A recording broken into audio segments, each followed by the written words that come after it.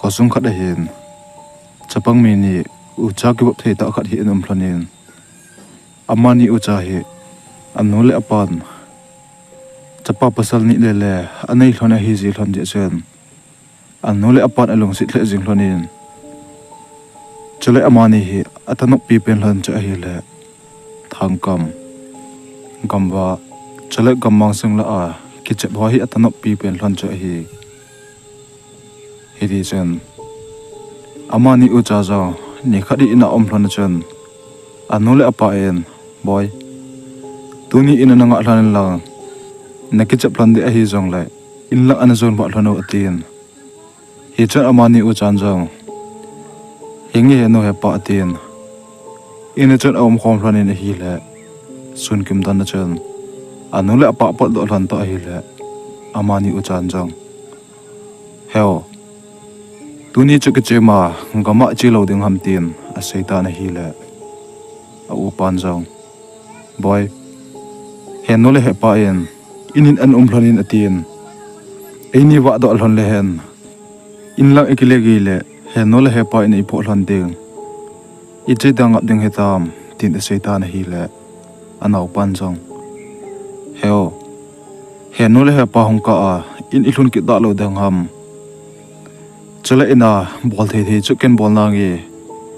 hongo gamin ki chem hete aditan hi le au pan jong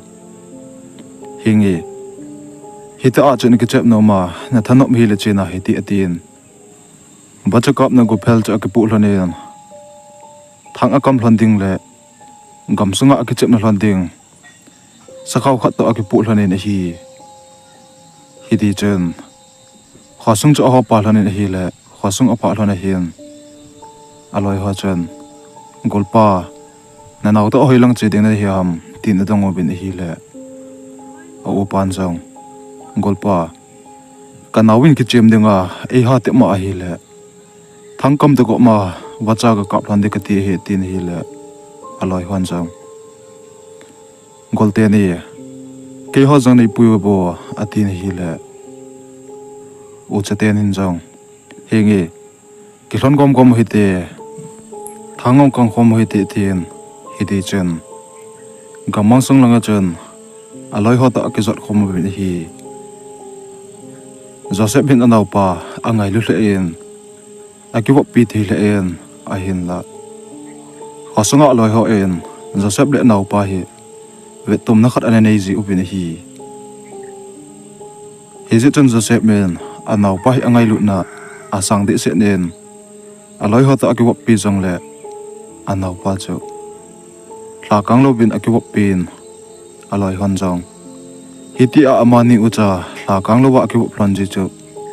agu go chen longhan pin an ane nei ji ubin chapang a hi na lai ta hi le kamang song alhun ba hian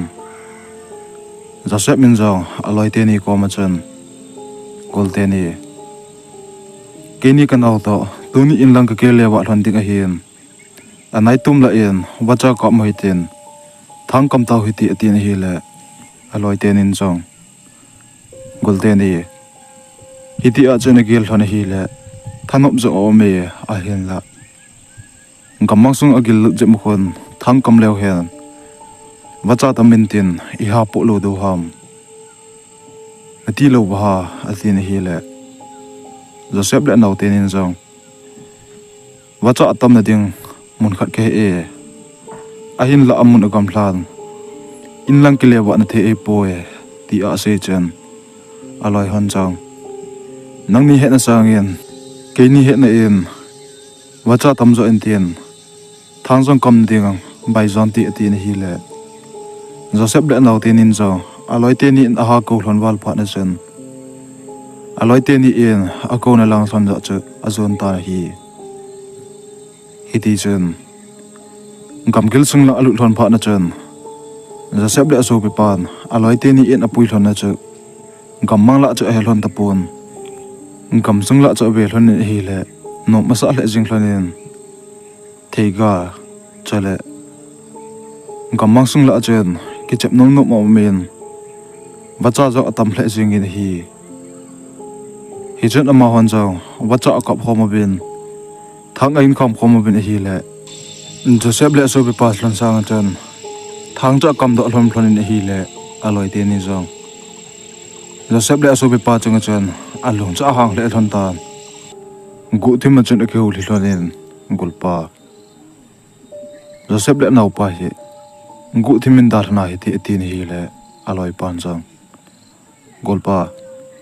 amani in agam he hlon lo ta hi le hosunga anu le pan ei ni ei pho hlon lo ding ham tin aloi pa chat adon bun ne hi le aloi pan jang golpa hosunga ikile hlon phat le anu le pan ei do le amani achina ke phalon poi thakat in ka ki hlon khom ven amani in mun choma ka che hlon de tin a sei hlon e tin seina heti tin hi le aloi pa jang Joseph le nau chunga alung han hlon ji chen ai kin op to hlanen tom khat heti a wacha ka pe lai ta wa hen Joseph le so bi pan jang aloi te ni kom chen gol te ni wadung long kon chi su hitin thang kom nau heti atin hi chen aloi te nin jang hengi thakat in chi hitin kam khom nau heti atin wadung long a chen ale chi su ta be ni hi heti chen badung ulun ba hen thang akam khom be ni hi le Joseph le so bi pan jang thang akam thon pe lai ta hen aloi te ni chen Joseph na nau ta nang ni in thang an kam thon no ei ho in ni khom do theiga ga lo thon ni atien he chen Joseph le nau pan jang hengi keinin thang an kam thon ing atien theiga chu in lo thon lang madung munin ne khom nau hete ti a se chen aloi te ni chu akibe to thlonen alo cha su de thlonen theiga lo ding chen apo hlon ta na hi wadunga apo do hlon zo wa hen Joseph aloi te nin zo golpa Joseph le an so be pa he da la tai ti tin theiga lo hlon lo chen gamang sung la a in lang zo na lang zo chen akile hlon tan akat langa Joseph le aso pe pan jong thang cha kam thlonen Joseph anau pan jong heo iloi ten hi iti la ong kile dem thei jong gut ple tan achi hlon la asot le jeng tan I ti le tu chana hi ong kile hlon lo lai ham ti a do achen o pan jong boy thei ga hi amu tam ham ole achi hlon na hi agam phat jip ji a hung kile lo lai hlon hen te ipi le thang chu kam lo lo hetien nga na heti atien khat chom khat thang kam hlan zo wa hen thang ho chula kam chai hlan tan a hin la aloi te ni chula ong kile lo hon mong mong tukun he chun Joseph men asu bi pa ko ma chun boy iloi te ni I changai dem ole kam mang sung la a gan cha khat to ben asu boi hlana hung kile thei hlon lo hete dem ti a agial chen anau pan chong heo ole iloi te ni hen ida la pai pai hlon hi dem ti a se chen o pan chong boy iloi te ni in ida hlon pun te aji chau ini income hi hlon lo ji a ke ni en na che hlon na a ka ki hlon pi hlon de ti a se hlon hen ida hlon pun te isa zema thingpung no ya chong chong khon to hitin nga na hiti atien chom khat chu nga hlon hi la hola jing hlading a hitan aloi te ni la ong kile hlon ta pun hi le Joseph le nau pa zo ho azin la ta ji chen in langa akino hlon ta anu le pa en ananga le hlon ding cha gel hlon le hoi lang su a aloi te ni da la ding ham in lang za ding ham gamang su a he hlon lo ta lungdang ta le te za ta a om hlon pe lai ta hen anau pan jong heo I hung ki pat na lang chen he nem ti na dong tan hi le Joseph min jong boy gamang sung ka chi kha lo na gen amun jo se hi ka pha kha lo na ngen hi ji a chu ken nong gamang sung la hi ke ta poi badunga in kum su da mun chu ke e hilang za chu zon le hen lampi khat be be am ding ham ipi le chi phot phot na hi ti tin amuna kon chen all chen akipat do hlonen aloi Teni hol tu go ma chen madunga akum su na ulan chu ale za hlon ta ra hi le gamang sung la pha hlona chen gampi sung la hi ji chen amun la cha thim la ta na hi le amani u chan jong chi na de le su na de hello wa chen gamang sung la chen a den hlon ta na hi chen anau pa jong a ki cha to hi le heo iti che ding hitam ti a do a chen o pan jong boy all moi o ket alam pi ngai to na ngi tin Joseph min jong gamang sung la cha avet le a chen sa to a pha na ngai ho che to kilo usan a hen da hoilang pen ja ding ham a ya thei than da pon he chepet ta chen Joseph min jong boy inga ngat na lang he zon ta he ti atin akipa do hlon ne hi le lampi hi lo lang khat ta a hin ki zui kha hlon pha na chen gamang sung lang a chen ale lu che che hlon ta na hi ti chen gamang sung la a thim noi la a chen aso pe pa ta kil tho puma chen lampi hol thane ne hi le lampi la mur zo hlon ta pon he cha aso pe pan heo iwa wa na a ichi chi na in ka chol hlogam tan ka gil cha akil te ati in hi le o pan jong boy them kha chi bel hen thei ka imu le thei ka phung noi chen thei ka chu ne khom na hi ti tin them kha chi bel hon ne hi le thim noi la chen Joseph min thei ka he a hin ki cha kha in hi le thei ka in ki cha kha chen a na ko ma thing phung ho chu thei ka phung hi chu ine pha na chen Joseph min jong anau pa ko ma chen boy thei ka phung ko mu e hongo kal hi ti atin hi chat amani jong thei ka phung cha bel hone na hi le thim noi la hi bang a chen thei ka ho cha tam hle en a khat langa Joseph le asu pe pan ane ki pi hlon te ni jong in a hlon pha na hen Joseph anu le pa ong hlonen aloi Teni ko ma chen boy suna chu Joseph le asu pe pa ta khana na lot ko mai lo ham suna chu hilanga na wa pe no ham tien adong hlonen hi le aloi Teni jong heno Joseph le anau pa to takhat in suna chen wa chu ka min ka chi khom ben a hin la sun kim dona hian amani ucha en golteni Teni thang kama ka chi hlan de hian nangni in bacha na ka phano tin amani ucha gamang sung zo na chen ale lu hlan tan kaloi pa ke ni in I ti ka nga hlana kho ajin tha ta awanga hian in langin ong kinung le hlan ta poi hi je chu ke ni in jong in langa ong kinung le hlan ki sa hlan ta zia khosung langa chu kong kile pai pai hlan hi tai ti a sei hlan chen Joseph anu le pa jong along kim hlan to a hi le hol na ding le su na ding a het hlan lo pha na chen khosunga chat gang thei dom mi a het sa da na hi le ama hon jong azan zan na holding chu pha in sa ta win hi ti chen Joseph le so pe pa jong thei ko phung noya a pha hlan pha na chen Joseph min so pe pa ko ma chen boy ke thei ka phunga ka kal de hen nang anoi langa no min lang thei ka ken lo hla a chu anane in la analu khomo atin hi le anau pan jang hingi he o nong kum hla le thakha in na hi ti tin Joseph za akal to be thei ka ho cha in lo pulin hi le asu bi pan jang anoi langa alu pe ta chen akom la ami khat achat le dan chen hen hi chen aman jang a upa hi ungkum hla a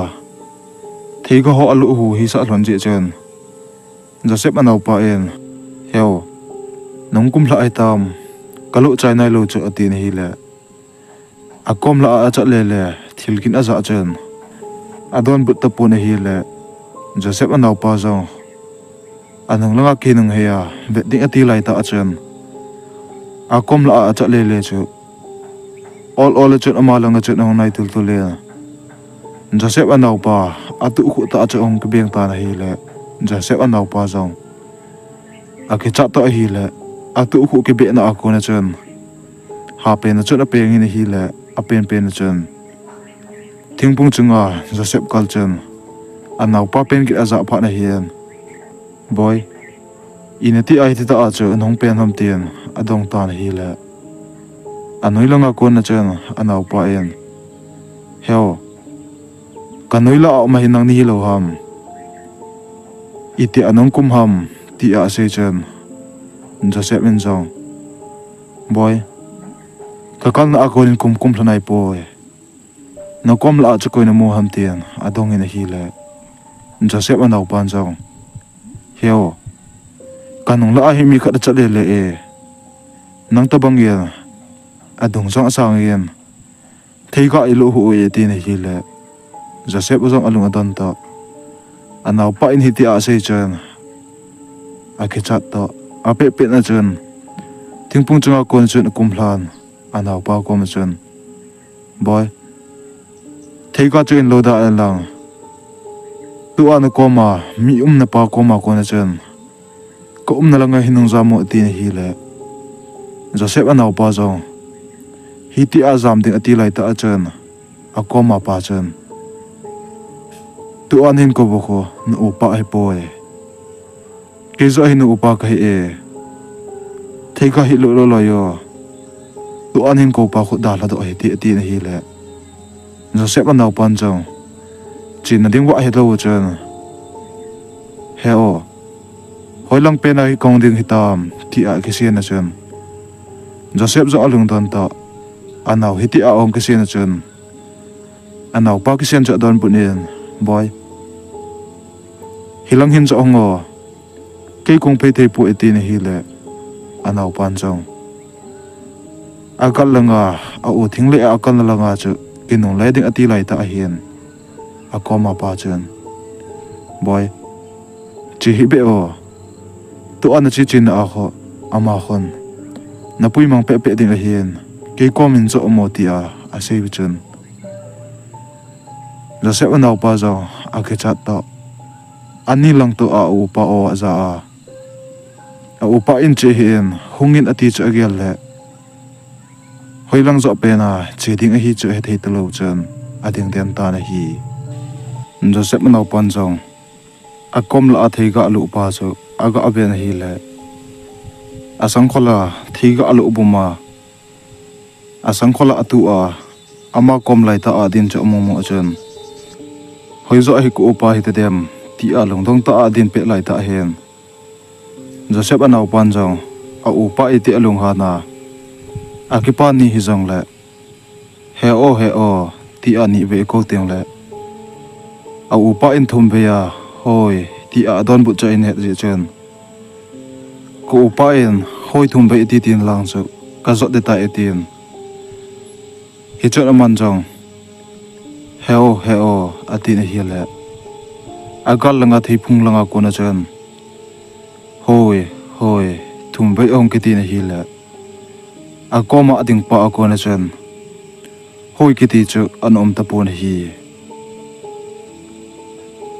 hoi ke ti za lo pha na chen aman jong a upa khat langa pa zo chu hi pha na chen a umna ko na thei ga lu ha cha da hlan a upa na lang changa chen a hlai he na hi le a upa ko ma pha chen u pan jong boy nang la a che tin lu the ham tin adong in hi le Joseph anau pan jong a hong hlai na lang cha ga avel le nang la nge na hien ling la khaw la a hi cha mo mo chen kidang asa to akicha to o pa ko ma chen heo ling la ko na hi ti kong hlai do a ling hoi nei koi ke lo ham kata asa hela ima ati pun ti na hi le o pan jong boy ken ko wa chu ipin ti le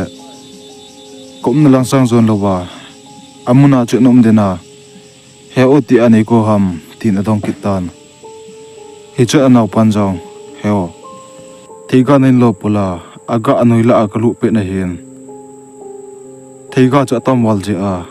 kamalang don lawa thega omom na la chathim noi la a ka khuna kamai le le tu a ka chin la ga khun ling la khaw la ima ampon hiji a chu ka khuna tul ho kamaya thega kalu pet lai ta hen ka tu khu ahong ke begen ka tu hu ke be zo bachon ka na nong lang chu be ding ka tin a hen la mi cha gen mi pu gen ka za ji a nang ke hi sa le nang la nei pun hi je a chu ka cha na kong pen le nang in nei ho zo ba chu ko na kom la a thega lu pa chen nang asu a ko na che hian ti a I kham cha ke ji a chu hoilang pen za ding ham ti chu ke thailo hi nang la a kom pe na e ho pa o chu na za lo ham ti na dong ta na hi le Joseph min jong ka za poi kei o ta kilo ham tin ki chata in adong hin hi le anaw pan jong hinge nang o ta kilo mo mo nge hi je chu su na ding hello ba holang pen zo ding ham ka het wa lo he tin hi le o pan jong boy a pe pe nen dar ta ti tien lon na ko na chen ko mang sung la chen a le chi ki lon ta na hi ti a chi lon lai ta hen a su bi pan jong heo inong la a hi mi kha den e hin chi li ta ni ke hen inong hi be mong mong hi te kon in chi ham atien he chun amani jong anong lang hlana akinong hei hlana anong la a naw be mi kha in ein chi thi banga he na la chu thim la chu abel hon ne hi le koi la am hon pon Joseph min jong boy in lang chi ding chu ngai tu la he te kamang sung la yum so hlan le su na ding hello wa I ga man che ding he tin he chu anaw pan jong heo a hi le hoilang pe ni za ding ham kam la he lo ngen a hian I ti hlan ding ham ti a khe chata anaw vin sei chen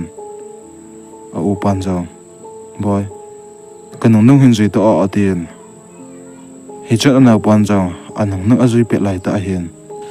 a gal lang hlon ko mangsung la ko na chen mei jing la le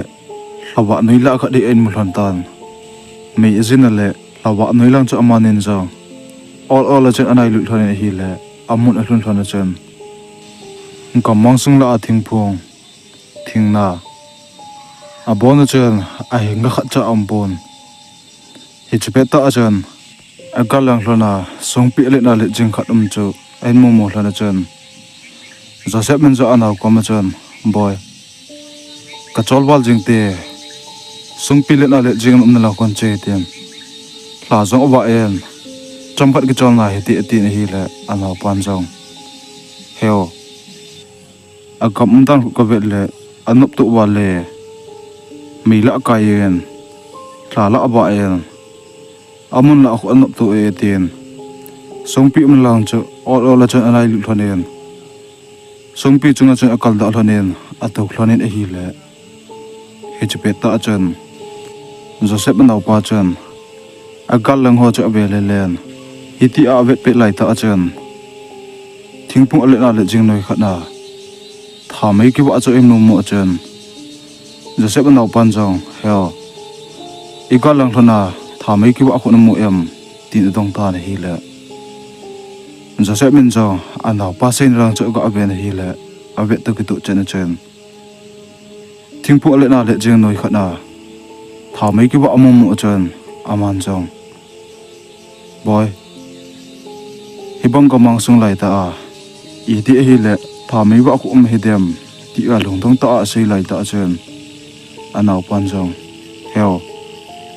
mi em he mai thei he I go vet ding ham ti ne hi le o pan jong hinge izam ti a lampi e hil thei khat hlan a hi le lampi ki do a he ten amanung ko zuina he te ten all a chen amani u chan jong thingpung na langa tha mai wa amun lang cha nai lu thlan hi le amun a hlun ding ko hlan a chen thingpung no ya tha mai wa amu hlan a chen te se khat an dina tha mai na khai cha mo mo chen Joseph min jong anau pa ko ma chen boy thingpung noya ti sapu la khon china he ti atien amun athon thon chen kidang asa ran to te sapu chu a ho thon hi le hi che te sapu chen i ti a ho thon wa nga chen adon bu pu na hi chen zo se min zo te sapu chu nai lu che chen he pu kanau to lampi ka ki man sa thlonen lampi ni hil thon de ham ti a do a chen te sapun jong hinge kanung hin zui thanin atien te sapu alin na akona chen akipat do en joseph aso pa a khu khat langa chen atu en gama sung langa chen te sapu chu chi pe ta hi le joseph min jong te sapu in aso pa a khu na akai hi ji chen anung nung chu azui thlan ta hi le hiti agamang sung la a anung nung azui thlan lai ta hian joseph aso pan jong hepu tu ai chin lang wa he lampi su ado do ham tina dong tan hi le te sapu chu adon but pon pau jong a pau pon hi le joseph aso pa jong ki chak na khat chu anei tan a hin ga a u ta azui thlan hi ji chen te sapu chu pau nom lo a hi sa thlan ji chen anang chu all le azui thlan tan hi le I chanam apa zo wa hian apa na chu be hlon hi le gamang sungil che che hi pa na chen joseph min jong hepu nei pui na lampi he adi hi nam tin dong ki ta hi le hi che te su pu chen hi nge lampi anai tai ati zo wa chen aban ju sei be lo ben athip che ki ta na hi di chen I chanam apa zo wa hian joseph aso bi pan jong te sapu in khu na atu na chu na asa che che en na asa thim pa na chen aman jong hepu ka khut na tu chu ol tu zep zep mo atien a hian la a khut anat sa bang chen anat sa che che jingen hiti a che pet ta wa hian hui hli ong nung in hi le hui hli nun nun na chen amun la cho ba de do en hi che pe ta chen thil nam hi en japan hlan ta na hi le thil nam za za hlan na chen joseph min jong iti hi le hui hli ong kinun che anam sen lom lom me ti hi le anau pan jong heo ka khut atu he na ka samo mo te ka khut hi nei la do pi o tin hi che pe ta chen te sepu achi chu achi be ta pon amun na chen ading ten ta na hi hiti a din den pet ta wa chen joseph le so bi pan jong thil gim aza hlan chu anam cha ha che che na hi le amani u chan jong ki chat na khat chu nei hlan tan hi che pet na chen joseph so bi pa chen te sapu in a khu atu chu wa de du asam a hut khat langa ga la to ading ati lai ta a chen hi che te sapu hut chu a hut khat langa chen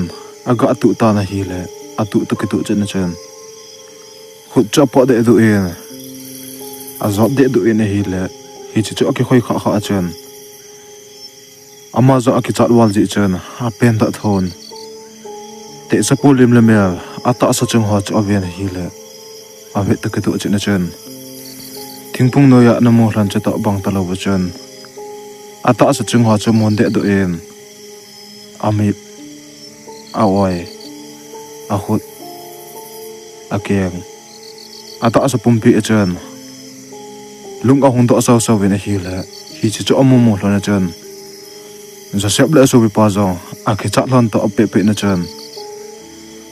te sapu na akona zam ding ati lai ta hlona chen joseph so bi pa chu a hu cha tu cha ke ta hi la joseph so bi pan zo a hu cha sa do but mo mo ta pon a ki chat wal ji chen a pen ta tho en heo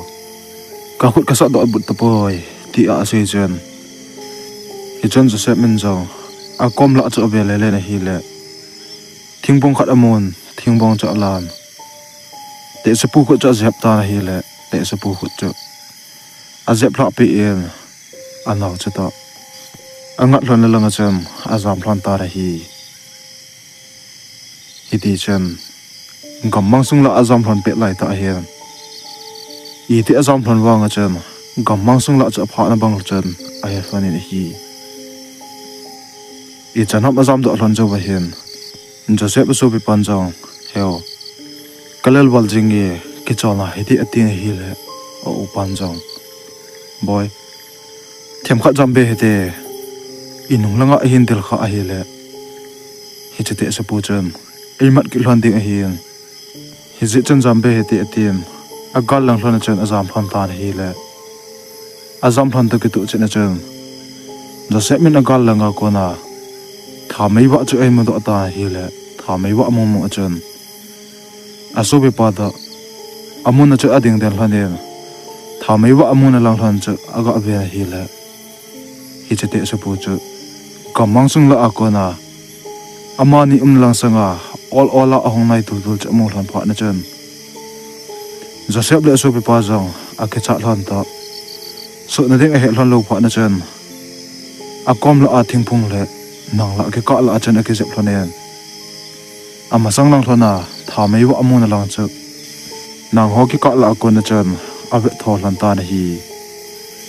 hiti a ki chata le te jata ave hlon pe lai ta hian ama sang langa tha mai wa zong amani na cha he hlon banga chen amani na lang sanga chen all a chen ong nai tul ta na hi le a na kom hlana thingphung na cha en pha pha chen hi chate sa pu chu amit chang a lot de du e ata sa chung ho a phe ho cha ki khai de du e a phe ho cha lungin ane na ho cha mo hlona chen a ki cha hlon wal ji chen amu hlon a ki sip hlonen hai pu ngam lo le u pu ngam lo chen cha lo ven om cha ki hlon ta hi le hiti a om cha ki hlon lai ta chen ama sanga te se pu chen amani na he hlon banga hen all a chen na hlon la a nang la a chen a hong phei hi le Joseph le aso pe pa za a ki cha hlon wal ji chen nang la a ko na cha a pen ta tho hlanen gammang sung langa chen a jam lu hlon ta na hi hiti a jam hlon lai ta hian nang la sung kha na ko tong kha di eng ki cha lu hlon tan ko tong kha ki cha lu na chen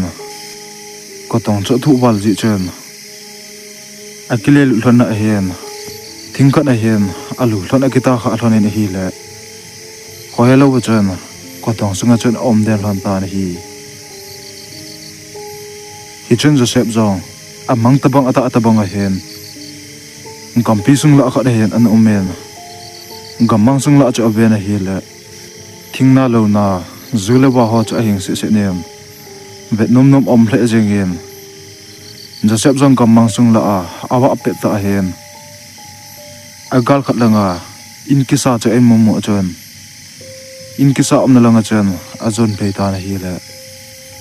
in kisa om na pha chen in chunga cha alu ta na hi le alu te ke tu chen chen in chunga te se khat cha mon aman jong hi te sa pin cha ave na hi le ai ti a mu kha lo hi ji chen ki dang asan hi chen te sa pin chen boy hoya pa na nga hilai sung hi nang cha lu the ham ti a do chen Joseph men jong happy gammang sung la ka ba le na in hi kamu a in sunga hi kong lu he ti ta na hi le te sa pin nan jang boy gamma thang kama na chi na hlona chu na loi te ni in na da hla hlona gam ne hlon lo ji a gammang sunga ne lu hlon le gam thila pu na a na lu kha hlon hi e ji a chu gam thila pu ko nang ni chu hen da na na lagaw hlon hen den ding ati a hian e chi thla pa ko thanei ta le ha ta hian gammang sunga ko na pot do na ding lampi khat le o me boy tu an na to na chop lu na ko hom sung he ka chen na gam sung a hian la ken jo amun he ka khel thelo a he tun nang ni mi hem nei hlana la yen mi hing ni la lai hlan je a na pot hlan a ding lampi khat o me atien hi chon te sapi nun chang boy thingdo do ni hi ki chai lang na naw to kom sunga nu pe hlon he teng la thingdo te ni noi bong hlon lang kinu hlon lang nikinu chai hlon teng la kum nau gam ma sung la gam thila pu anga konen tu a ka chap lut hlon na gam nei no a konen la ong na kam hlon tai kum na hlon mon jo se a kam amol thing na lo na ho amon monen ki hial jing hen telechen tu anong ki pat naw thang kamana chi go hlona lampi chu nein pha hlon ding a hiam helai mon chu phalon le chen khosunga patna na hola na nula na pa khosumi pe te hong ding a hiam neki mu hlon ding a tai tun che tan na vai gi hlon ding a hi tiam hi chon te su pe nun jang Joseph cha ta sa aga thampi in a hi le a thampi te ke tu che na chen Joseph zo ong king khang hi le ko hom sunga anaw to kho hello wa ne ki jam cho in he do pa na chen Joseph zo tho do en anaw chu oven hi le anaw win ko an he lo lai ji chen anaw chu ko he na de gen amin na chun a ko ta na hi le a ko to ki tu che na chen anaw pan jong ko in hem ko in he na chen te sapi nun a hil na tu chang chu anaw pa sai pi en a khu khat lang chu ga ave na hi le thingdo do ni mu mu chen do kha cha naw pa pen he chen Joseph le asu pi pan jong ko hna ka ma su thila pu anga konen ka chop lut hna kam nei nu a konen la ong na kam hlon tai ti a ki tu chena anaw to sei chai hna chen a na hlon ka mang sung la chu amun mun chen ki khial tu len thang akam hlon na alai Teni ong kile hlon dia song chunga to hlona anga hlon na chen ong su do hlone de hi amanin a he hlon lo banga song chunga to hlona alai Teni anga an a kon hlona chu gam thila pu en ana pui mang hlona hi tai he chen Joseph ble aso bi pa zo thang akam hlon na song chunga ko na chen ki pat do hlonen gamang sung la a ko na badung la azot na lang chu azon to thane hi la I chana pha lon jo chen agal lang hlona mei wa le tros wa ho chu ai mu hlona chen Joseph la so bi pa zong a pen to tho thanen mei wa am na lang le tros la wa lang chu adel tho hlan ta na hi iti chen khosunga pa na hola hong ho em Joseph le na pa pen gi za za wa chen a pen gi za na lang chu akidel te ta we na hi le Joseph le so pa lel ta le chol ta ama ho am na lang a him del hlan mo mo wa chen khosunga a hol hon jong Joseph le so pa chu khosung lang in a pe pe ne a hin pu pe ta we na hi iti chen khosung alun ba he khosung mi pe te en Joseph le naw pa chu aman dan adong o ben hi le Joseph le naw pan chong gamang sung la athila pa en a hen den hla hi dan le gama thila nu en a hu do ki hla hi dan chu khosung mi pe te asai pi tham ta hi le khosung mi pe ten chong Joseph le naw pa ta sei chu adat mo hle jing o ben hi a hen la Joseph le naw pa en bang alai Teni en gamang su a lo hlan na ada hla hi hlan dan bang khosumi pe te e cha hlan pon a im cha hlan ta hi hiti chen phalani ko ong cha le na hi le Joseph le so pa alai Teni zong ni khari ka pang sung la a chi hlan na hian gama a chi hlan na hian nom a sa hlan ta hi le a ki chap chap hlan na langa chen ni hla kho thim zo en hi tan khothim la zo ba hen in langin hlawa noi chen khosung la en jon hlane hi le I chana ba pha hlana gamang sung la pha hlana hian khat pa chen gol pa ke chat om thi me ati na hi le he chpe ta chen aloi pan chang gol pa I masang langa thami ba khuna mo em ti a do chen aloi pan chang agal lang chu aga ve na hi le agal langa thamai wa mo chan ai pa ko ma chan henge all in nai lut heten ama khu khilon pina heti atien thamai wa amna lang chu all chan anai lut hlon ta na hi le amun chu iti nai lut hlon bang gen alung ma mong hlon tapun hi chan aloi pan jong golpa iti hi le amun khu i pha thelo momong ham khat ve hi la hiten dal la heti atien hi chan amani jong all chan chi hlonen i chana pha hlon jo chan a hlai to athol hlonen adel thon ta hi heti chan jan thot nong langa hen Joseph aloi te ni jong khosunga in ong kinung le lo pha nen khosumi pete en khosung hole gammang sung hola en ain hol ta bin hi iti a hol bang oven khosumi pete en bang amani loi cha che anamudo tapo ven hapta khat tabang a hol bang oven chapang te ni che anamu zo tapo bin hi hiti chen thlakat zo ho a hen upa khadi Gamleng in achi na hi le gammang sung la apha a hen mithinam a hin jan aman jong mithinam aza aza chen all chen ma sang la chen awa to thon tros la chen a khole le na hi le chapang thilong ni hi ain kho do tan hi chu mo a chen a ke cha to a hi le ape pe na chen khosung la en del thon khosumi pi te he cha ina hi le khosumi pi ten jong thakat ma sanga chapang ki hol mo te ni a hi dan chu en da ta win hi khosumi pi te en chapang te ni chu ipji a thi ham i ti a khol jong lew tu chanin a khol do nai po win hi Thusim a ki chai tai aban ananga ki taw hi te na bonun mangpha